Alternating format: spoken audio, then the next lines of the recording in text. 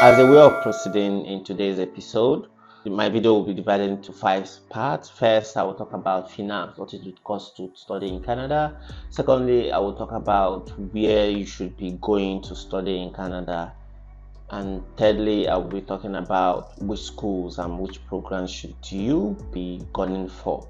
The fourth part of this program, I will look at jobs. Are there jobs in Canada? Yeah, we'll talk about that as well.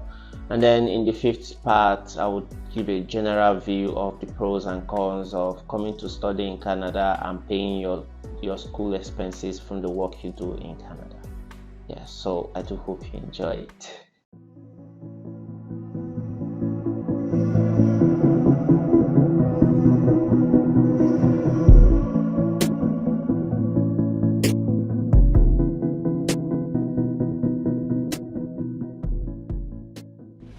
Lest I forget, please, if you are visiting for the first time, do subscribe. If you have not already subscribed, please do subscribe.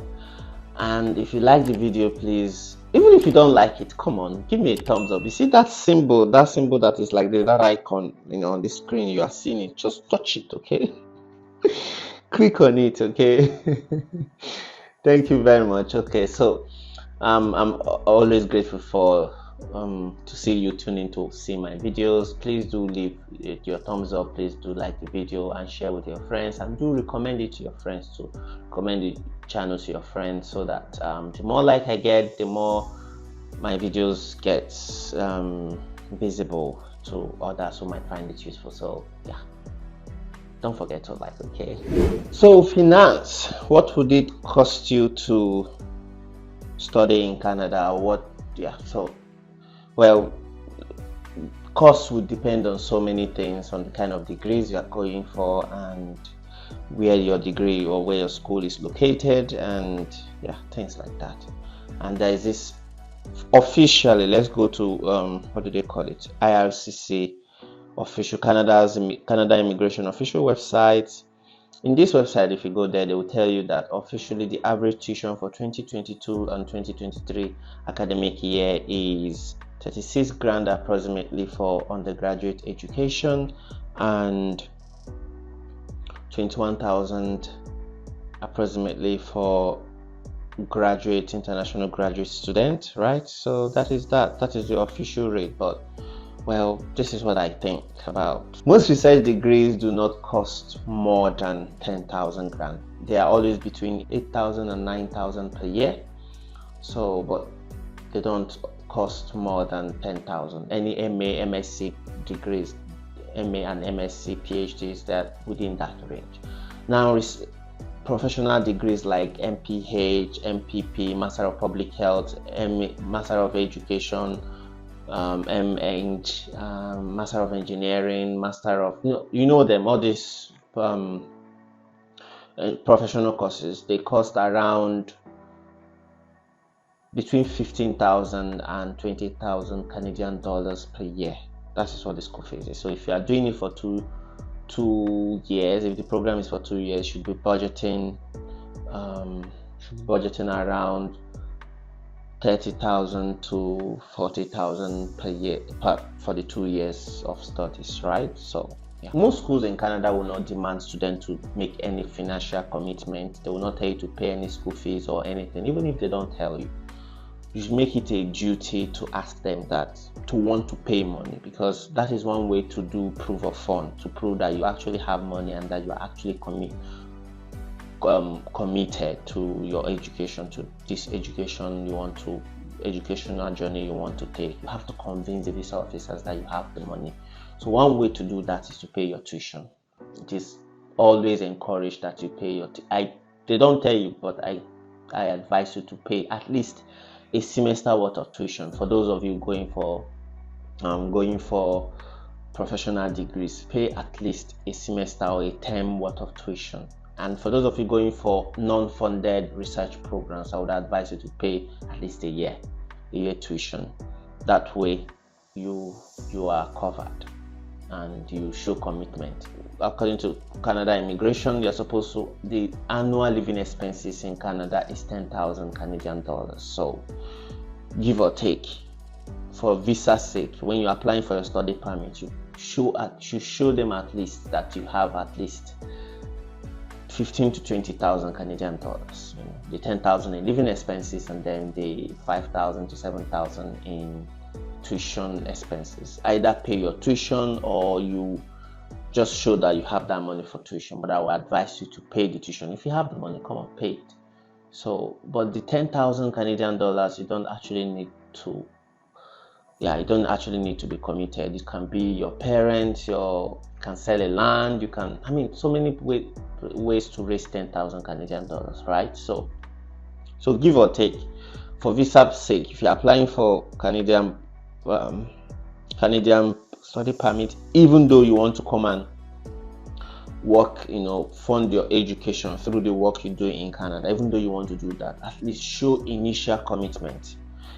It is very crucial because many people get denied visa because of lack of financial commitment or lack of inadequate proof of funds. They will tell you that we are not convinced that you have the money to fund this education. So it is important. I know that you want to come and work and pay your school fees, but you can actually borrow money from anyone, that you can lend money from anyone back home, and then come here, you work and pay them back. But just make sure you make that initial commitment.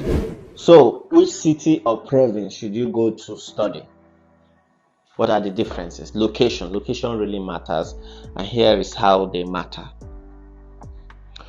So there is it between Atlantic Canada is like, I don't know, maybe rural part of Canada.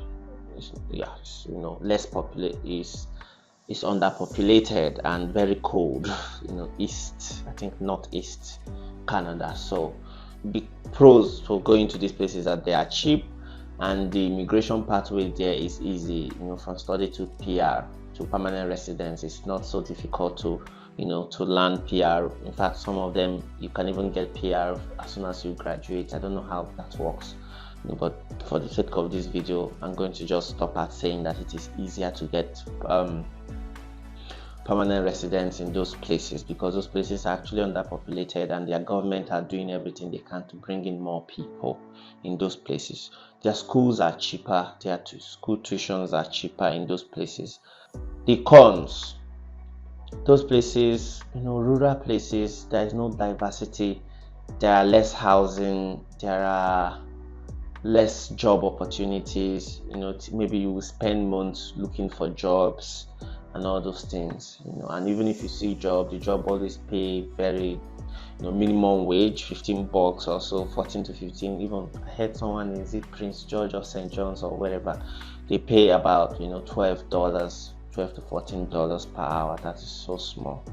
But living expenses, I will have to give it. Another pro is that the cost of living there is cheap. House rent is cheaper than most places. Then the cities, come to BC, come to British Columbia, go to Ontario in Canada, go to Ottawa, go to Calgary in Alberta. These are places that are populated. These are cities, and cities bring about diversity and more job opportunities. And for those, another thing with cities is that you are most likely to see cash jobs. Cash jobs are illegal way of earning money that are not taxed, I think. So it is illegal, but it's an open secret. Most people do it. So that is how international students do it. So for those of you that would want to pay your school fees through the work you do, doing cash jobs is one way to raise money. And most YouTubers will not recommend this. I'm not recommending it. It's just that it's an option. People are doing it. It is illegal though, so I'm not using my YouTube channel to promote it, but I'm just saying it because this is what I know people are doing. So whatever you want to do with that information is left for you, but I'm saying that it is illegal. You are not supposed to do that, but that is what most people do. So cities, diversity, and cities are more cons for cities is that cities are very expensive. House, like in BC where I live, Vancouver, oh my god, housing, you need to use 2 months to find a livable place, and when you see the rent are so ridiculous, extremely expensive. Cost of living, you go grocery shopping and you get some small stuff with so big amount of money. Yeah, so that is that. So for me, overall, I would just tell you to gun for cities, because when you go to cities, there are more opportunities. Yeah, and you are coming to work. You are looking for work to fund your tuition. So cities are obviously the place, because your priority is securing a job that will pay you enough for you to fund your education. So gone for the big cities. The third thing that I want to talk about in this episode is schools versus kind of program. It is easier to get into colleges, into especially those ones that are privately owned. It is easier to get into them, and they are cheaper, right? Colleges are cheaper, but go to universities. Why? Because for those of you who would want to work, universities offer more job opportunities in the universities, in bigger schools. So if you're able to get into universities, get into universities. And then there's also this different, which program should you apply to, professional versus research programs. Like I already told you, research degrees are always cheaper. Any program you see behind them, it is called MA, MSc, PhD. These are research programs. They don't cost more than 10,000 per year. Most of them don't cost more than 10,000 per year, and most of them often come with funding. But if you don't see funding, then they are cheap to study. Now, some people maybe some people studied economics during the undergraduate education, right? And then maybe they are working in the bank, and for immigration purposes they want to come to North America, and they are telling them, health, go to medical line, there are more opportunities there. You see someone who is doing, maybe working in a financial firm or something like that, want to now study nursing or study laboratory assistant or whatever the name is, just because they told them that it is easier to get job in this field. I really don't think it is that. You can get job whichever field you decide to study. So don't come and be studying nursing if you don't have passion for nursing. Don't do that. Financial wise, it doesn't make sense. If you studied English and you want to do your masters in English, come here to do your masters in English. You will find job. There are jobs. No one who comes here and not get a job except you don't want to work. You would always see job. If you want to change career, you don't need to study MPH, except you want to genuinely change career. Then you can always do that. You can study anything you want to study. Just that professional degrees, any degrees you hear, MPH, Masters of Public Health, MPP, Master of Public Policy, MEng, Master of Engineering, MEd, Master of Education. These are professional degrees. They're always expensive. Or DBA, Doctor of Business Administration, MBA. These are professional degrees. They're always expensive. They cost from 20,000, 15 to 20, between 15 to 20,000. They're always expensive. Avoid them. Except when necessary, go for them. Otherwise, study something that you go for research degrees or go for cheaper degrees. You can also consider postgraduate diplomas. Postgraduate diplomas are not necessarily cheaper. It's just, they might cost less. Yeah. And try to go for 2 years program, because 2 years program will give you more time to work and pay school fees. If it is 1 year program, so much pressure will be on you, even as you are doing the school and after you graduate from the school, because you need to apply for PR. And if you study 1 year program, they will give you 1 year postgraduate work permit. If you study 2 years program, they will give you 2 to 3 years postgraduate work permit. So gone for the 2 years program. And whether it is postgraduate diploma, post-baccalaureate program, so long as it is a graduate program that is 2 years, I highly encourage that. Now, should you study undergraduate in Canada? Well, study undergraduate, come and do your undergraduate degree in Canada if your parents are wealthy, and removing that 15,000 to 20,000 per year is not a big deal for them. Come to Canada to study, because every other person who is just struggling managing to come, I don't think it is wise. Do your undergraduate degree back home in your country. and then come here for postgraduate diploma. In that way, you can easily prove with 15 to 20,000 that you are capable enough to study in Canada. If you are going for undergraduate program, then you will need to show more than 15 to 20,000, to show that for proof of funds. And undergraduate programs here are ridiculously expensive. I don't think it's worth it. Another thing you could do is go to a nearby country in your continent or whatever. Like if you're Nigerian, you could go to Ghana, you could go to South Africa, you could go to so many other places that have better education system than your home country, instead of coming to Canada, because you'll be paying more for nothing, right? I've seen so many undergraduate students who come here, when they are young, 18, still trying to understand life, and then they come here, their parents were paying, and then due to the inflation, the global inflation, economic change in economic status of your parents, things may happen, and then they are stuck. They have to drop out of school or obtain leave of absence to work for a term or for a semester, so that they can fund their education.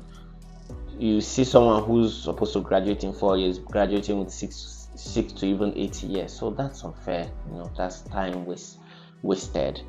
So it is better. I highly recommend you do your undergraduate program in your country, except your parents are wealthy enough to afford it. I think I should stop at this point, because I don't want the video to get so long and then it becomes difficult to watch. So overall, I have giving you tips on if you want to come and study in Canada, you want to self-fund. I know I've always talked about scholarships and the rest, but if you also want to self-fund, it is possible, and these are some of the tips that you should consider when you want to do that.